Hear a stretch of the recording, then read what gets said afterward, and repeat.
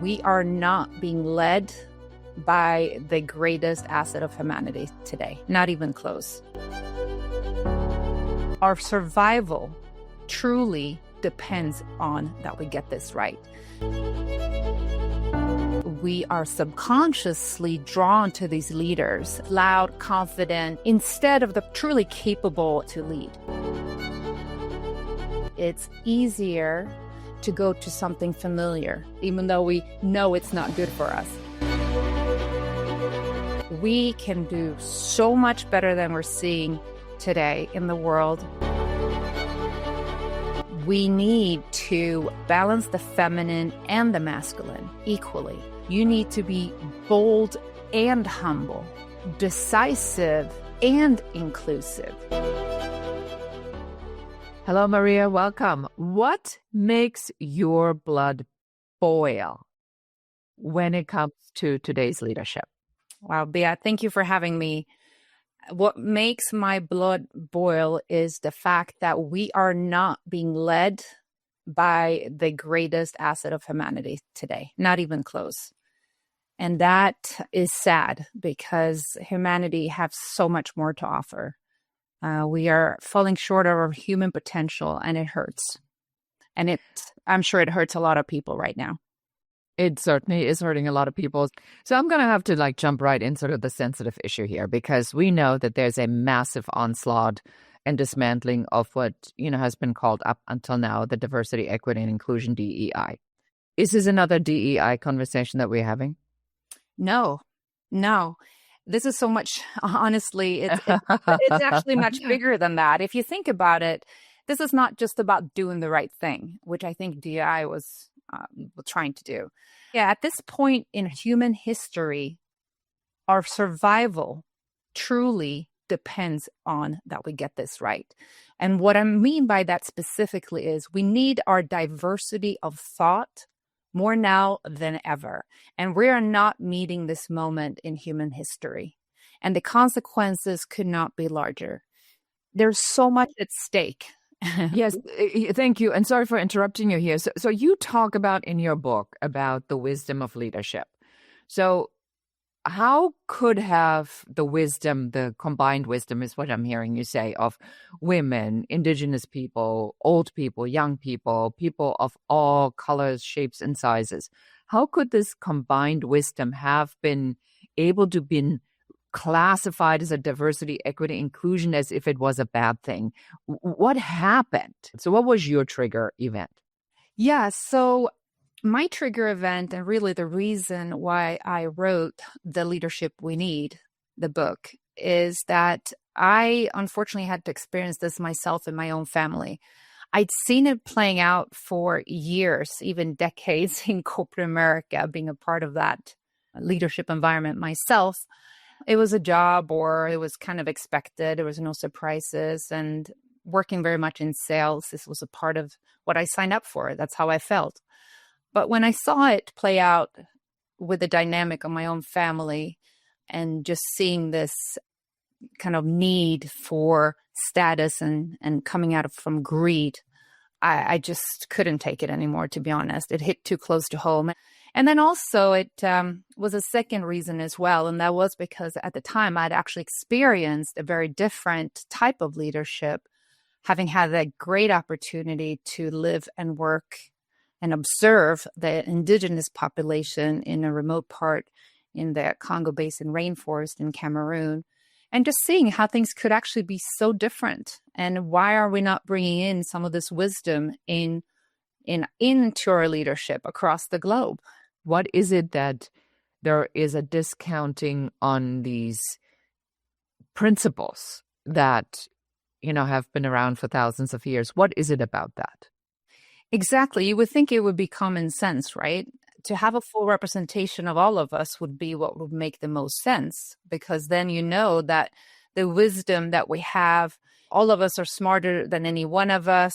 If we have different experiences, grew up at different places, we went to different schools or different thoughts of all kind of things, that we'll be stronger together and having that diversity, because we're living in such a complex world.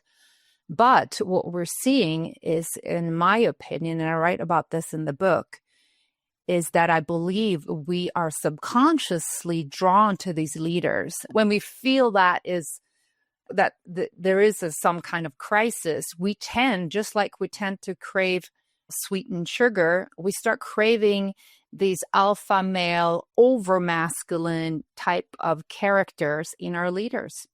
So you're saying that this is really a response to a very old, outdated behavior pattern. I don't want to quite say caveman, but certainly feels old and stagnant. What's the psychology behind this strong masculine, I know everything better than you do, I'm going to take charge?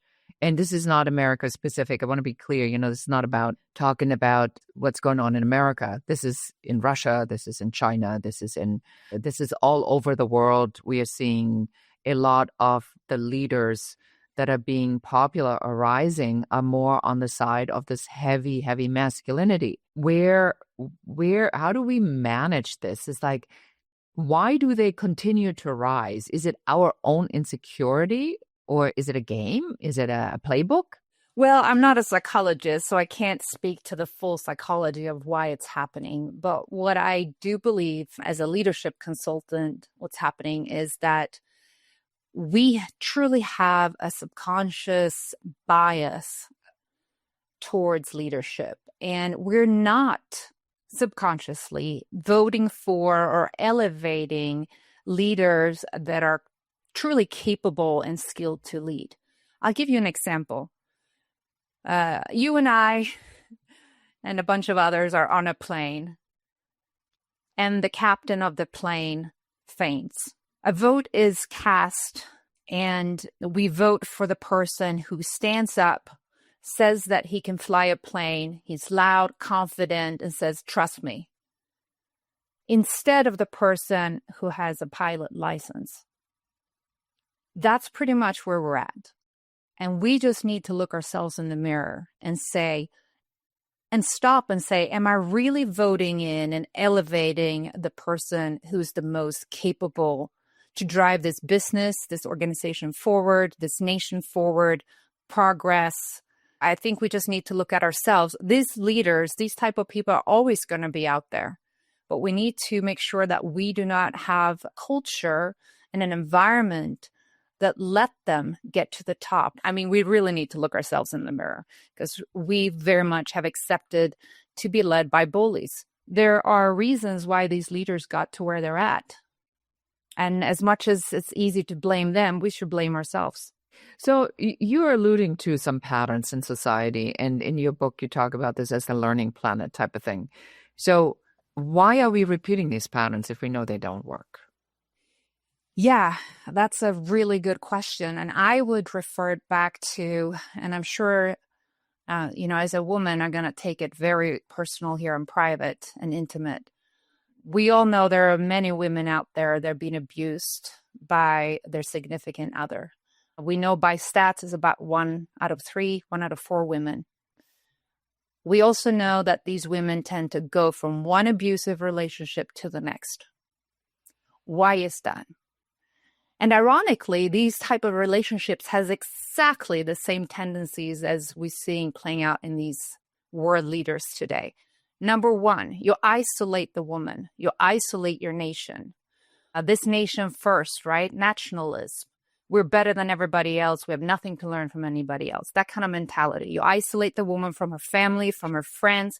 Same type. Number two, you start questioning her thinking. You start channeling the media, her influencers. What's truly real? What's a lie? We don't know. Things become kind of shady. Just like in a national level, you start attacking the highly educated. This is classic. This is classic leadership, authoritarian type style. And then, of course, the last thing you do is we versus them. So it's a dangerous place out there, honey. You need me to protect you. This is classic. I'm the only one who cares for you. I'm the only one who's going to protect you.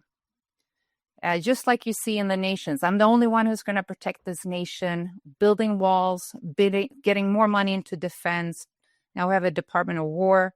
I mean, and again, not just the United States, but this is classic in the book of authoritarian leaders, just that it's classic as in domestic violence. We're seeing it over and over again. And why do we go from one abusive relation to the next? Because, and again, I'm not a psychologist, but what I know from leadership is that it's easier to go to something familiar. And we have that constant need, even though we know it's not good for us. It makes us feel comfortable. And it's more comfortable than to go to something we don't even know, which would be another type of husband, significant other, leader. So let's talk about sort of the strategy then here. It sounds to me like I need to have some sort of level of awareness to look at this and recognize that there's a pattern that's unfolding or manipulation that is taking place. How can people even recognize that? Can anybody recognize that? I always talk about trigger events. Does it have to have a trigger event? I mean, I'm certainly seeing a lot of people that go like, well, I was on board with this until they took my stuff away. And now I'm realizing I thought other people would be punished. I didn't think that I was going to be at the receiving end of it. What makes people wake up? Did you examine that in your work? It's like, what is it that makes somebody conscious? Yeah, it's difficult, but we do need to look into our own. Again, this is on us. We should not blame any particular leader per se. We should really look deep inside ourselves.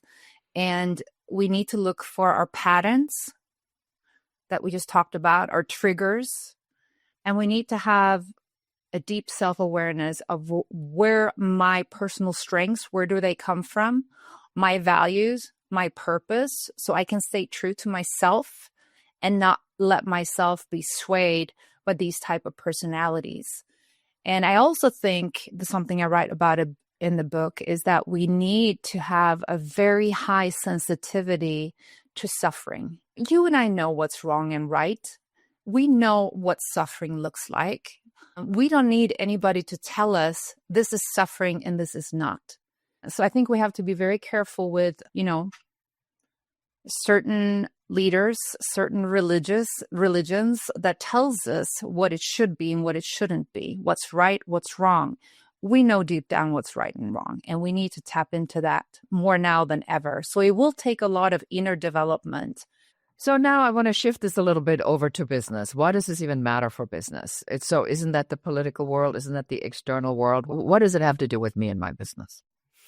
Yeah, it is interesting because we kind of took it to the individual relationship and what's playing out on the national relationships. And again, to your point, Bia, we see it in America, we see it in South America, we see it in many countries in Europe, we see it playing out in Israel, Middle East, we see it in India and China and North Korea. And I mean, this is all around the world. So I think it's also important to realize that this is not an attack specifically on any particular leader.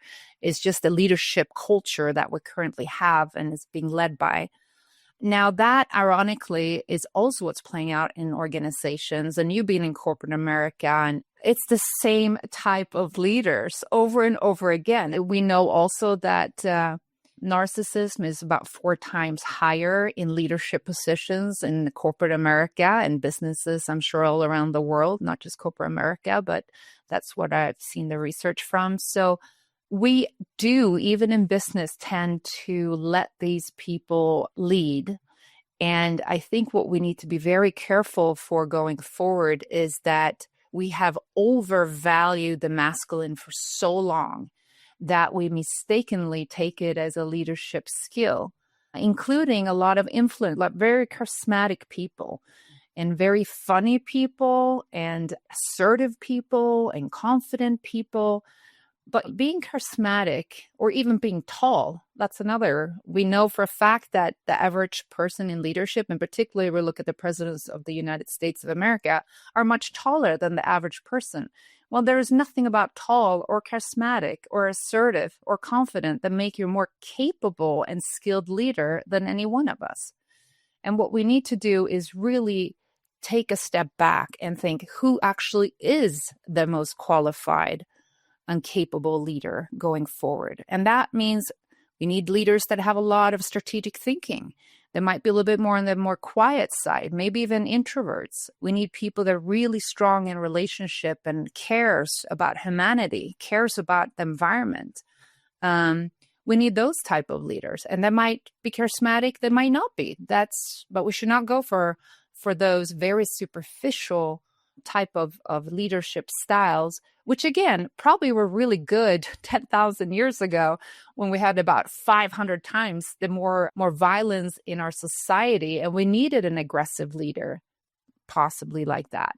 But today, do we really look at the consequences? Well, I think it comes down to the question that you ask. And the question is, what leadership traits will give us a competitive advantage? We know when we look at history or when we look at the repetitive pattern of how we go about things, we know what works and what doesn't work. And we do it anyway. We continue to do things that don't work. But I think we are now at a pivotal moment in history where we are getting to the edge of something that could go really bad, really fast.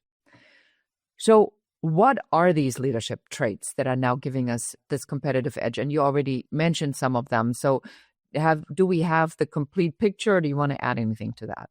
No, I would like to add a few things to that and I think you're absolutely right, Bia. I mean, as you know, Einstein famously said, we cannot solve the problems with the same thinking that created them. So why are we? Over and over again, we're just circling around, right? What we need today in leadership, and this goes back also what we talked about, the inner work that we all need to do, is balance the greatest potential within us, which is balance the feminine and the masculine equally. What I mean by that is in leadership today, you need to be bold and humble. You need to be decisive and inclusive. You need to be confident and caring. It cannot just be bold and decisive and confident and charismatic. And you need to be having a much wider set of qualities and skills to lead, because the world is more complex. And the greatest thing that you can bring to leadership is the courage and the boldness, if you will, to reach out to the other side and meet people where they are and connect and build bridges. And that's going to need more than just the masculine. It's going to need that feminine of the connection, the inclusiveness, the caring, and being humble. And that's what we need more so today than any time in human history. And to your point, we are at a tipping point, if you will. We need to get this right, and we're running out of time. And the consequences are playing out in the Polish crisis, which I would say is a direct consequence of this type of leadership we had over the 10,000 years, the only leadership we truly know. I would also like to point out that we have this, we're thinking, of course, there are people out there and say, Maria, you're so naive. This is never going to work. There are always going to be wars. It's just human nature. Wait a second. How do we even know it's human nature if we never had human nature lead? We had a small subset of men only, and very, very aggressive men. They're not even the average male leading. And that's what we looked at humanity and saying we're always going to have wars, we're always going to be this way. I say absolutely not. We can do so much better than we're seeing today in the world, in relationships, in nations and in businesses than we are today. People can be feeling a sense of well-being, and that our very survival is secured. We do not need to live in an environment where people and children starve. We do not need to live in an environment where we're being basically killing ourselves because of all the pollutants in the world, in the air, in the land, in the water. We don't need this. We can do so much better. But we need to get these things right. And the first step is to get that diversity of thought into leadership. I love that. So if we're now talking to founders of the future, which we are, what should they do? I think we all need to step into being founders and leaders. We need to take charge of our current situation. We can no longer afford to be followers. That's one of the things. So I love founders because, these are the people that put themselves out there. And again, that also goes to say we absolutely need the masculine leadership traits. We need to be bold. We need to go out there, take risks, well-calculated risks. We need to explore. We need to be adventurous. So I want to make it clear that this is not about women per se, and it's not about the feminine taking over in any shape or form. It's more about women and minorities and indigenous leading alongside the men, and the feminine being led by alongside the masculine. Just want to make that clear because I think it's out there to be misinterpreted. So as a founder, I would start with doing some of this inner work to make sure that I have a very stable foundation for what we're currently going through and for what's ahead, because it's not going to be easy. And for that, I would recommend starting with really honing down on what are your true strengths? What are the strengths that are unique to you? And are you utilizing and maximizing those strengths currently? I would also do, and Strengths Finder is a great assessment to explore yours. Secondly, I probably bring out like an assessment maybe, and these are all very affordable, by the way, and you don't necessarily need to work with a coach or anything. The second thing would probably be to explore your values. What are your true core values that you need to stay true to feel like you have meaning in your life and you're living to that meaning? And then I would probably look into the purpose that you're creating in your own life. Is it the purpose that you were meant to have? Do you feel like you're aligning your work with that purpose? I do have something I call a Zynergy Q12 that I write about in the book. So that's probably where I would start.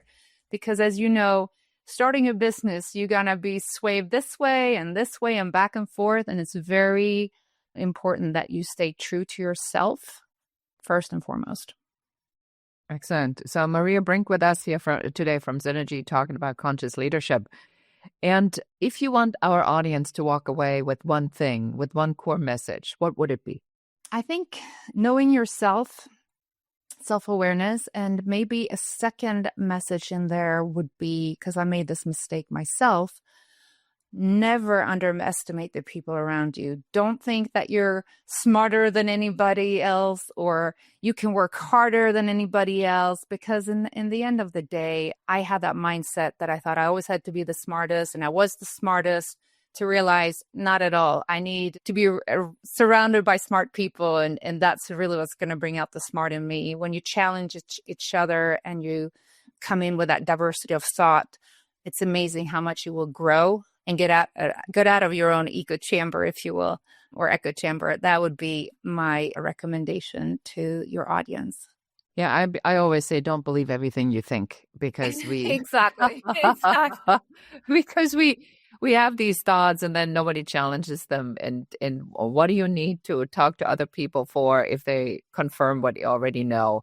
That's a pointless conversation. I actively and purposely look for differing viewpoints and thoughts and stuff that I don't know, because how could I ever have an opinion about something if everybody just says, yeah, exactly, you're so right on everything? That's exactly it. I think the conversation today is really powerful in the sense that it's a touchy subject to talk about diversity, equity, inclusion, DEI, because now people go like, well, it excluded white men specifically, and it was in itself the word that I'm including women excluded men, and in the sense that I'm including Black and brown people, I'm excluding white people.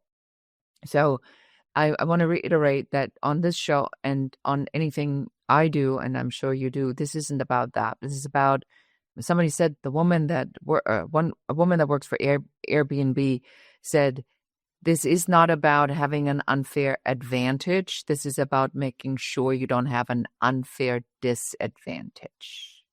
Talk to us about the book, Maria. Well, the book, The Leadership We Need, A New Mindset for a Brighter Future, really has to do with the new mindset. Because, leadership is mindsets. It's you can't go and necessarily get a degree or title. Now you're going to be a leader.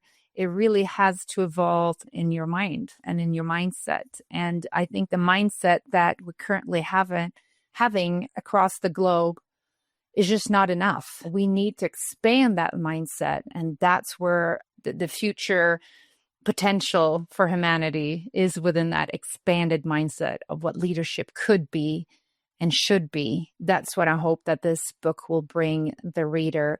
And of course, it's also very practical. I have a 10-step micro roadmap on how to get there with very small steps. And then, of course, the connection with yourself and the inner feminine and masculine leadership qualities, and how can you expand on both and make sure that they are balanced and harmonious and lead from there, because that's where you will be the most effective, because in a way that is your greatest potential, where you can just show up the way you are and not have to try to be more masculine just to fit in. And I'm sure any woman listening to this podcast knows exactly what I'm talking about. Okay, wonderful, beautiful. Well, and that concludes our conversation today. Maria Brinck here again from Zynergy. And we talked today about leadership evolution, conscious capitalism, and why really all wisdom needs a seat at the table. The older I get, the more I see the pattern repeats itself over and over and over again. We're fighting for the same thing that I fought 40 years ago for. And something tells me this might, unless we change the pattern, continue. And then in 40 years, the women that come after us will have the exact same experiences. Why are we fighting for this again? Humanity does better if we move in the same direction, if we move forward. And sometimes we need to have uncomfortable conversations and confront our own ideas, opinions, and biases and ask ourselves, is this true? So Maria, I thank you very much for being on the show today. It's been an insightful conversation. Thank you for being here. Thank you so much for having me, Bia. I so appreciate this.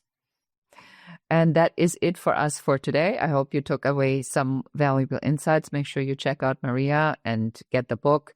Learn about, conscious leadership, what type of leadership is required to lead the future of tomorrow. And if you find something valuable in this episode, please share it with one other person. Subscribe, leave a comment, and we see you again next time. And goodbye. That's it for this episode of the Business Growth Architect Show, Founders of the Future. If you're done playing small and ready to build the future on your terms, subscribe, share, and help us reach more trailblazers like you. And if you're serious about creating, growing, and scaling a business that's aligned with who you are, schedule your Uncovery session at uncoverysession.com. Lead with vision. Move with purpose. Create your future.